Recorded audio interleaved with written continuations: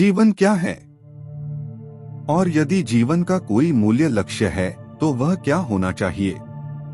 यह सवाल गहराई से सोचने पर हर किसी के मन में आता है।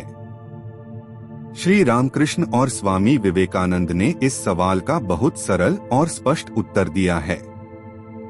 उनका कहना था कि जीवन का असली लक्ष्य और उद्देश्य ईश्वर साक्षात्कार है। असल में हम सभी, चाहे हम इसे समझें या न समझें, एक ही चीज की तलाश में हैं, कष्ट से बचने और शांति व संतोष पाने की। यह तलाश शारीरिक सुख में हो सकती है, धन दौलत में, रिश्तों में, खुशी के पलों में, या फिर ज्ञान और आध्यात्मिक अनुभवों में। लेकिन अंततः हर किसी की कोशिश यही होती है कि वह जीवन में पूर्णता और संतोष हासिल करे। हर धर्म का मुख्य उद्देश्य यही है कि वह हमें उस पूर्णता की ओर ले जाए।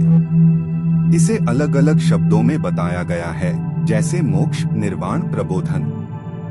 धर्म का असली मतलब है हमारे भीतर की सच्चाई को पहचानना और अपने सत्य स्वरूप का अनुभव करना। स्वामी विवेकानंद ने इसे बड़े सुंदर ढंग से कहा है, प्रत्येक आत्मा स्वाभाविक रूप से दिव्य है। जीवन का असली मकसद इसी दिव्यता को प्रकट करना है। और यह कैसे किया जा सकता है? इसके लिए कई रास्ते हैं। कोई इसे सेवा और कर्म के माध्यम से करता है, कोई प्रेम और भक्ति से, कोई ध्यान और मन को नियंत्रित करके, और कोई ज्ञान और विवेक के जरिए। इन रास्तों में से कोई भी या सभी का पालन करके आप अपनी आत्मा की दिव्यता को जान सकते हैं। यही ईश्वर साक्षात्कार है।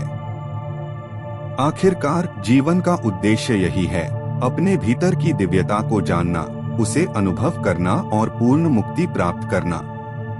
किताबें, मंदिर, उपदेश और संस्थाएं, यह सब केवल सहायक साधन हैं। असली बात यह है कि हम अपने भीतर की सच्चाई को पहचानें, अपने वास्तविक स्वरूप को जानें।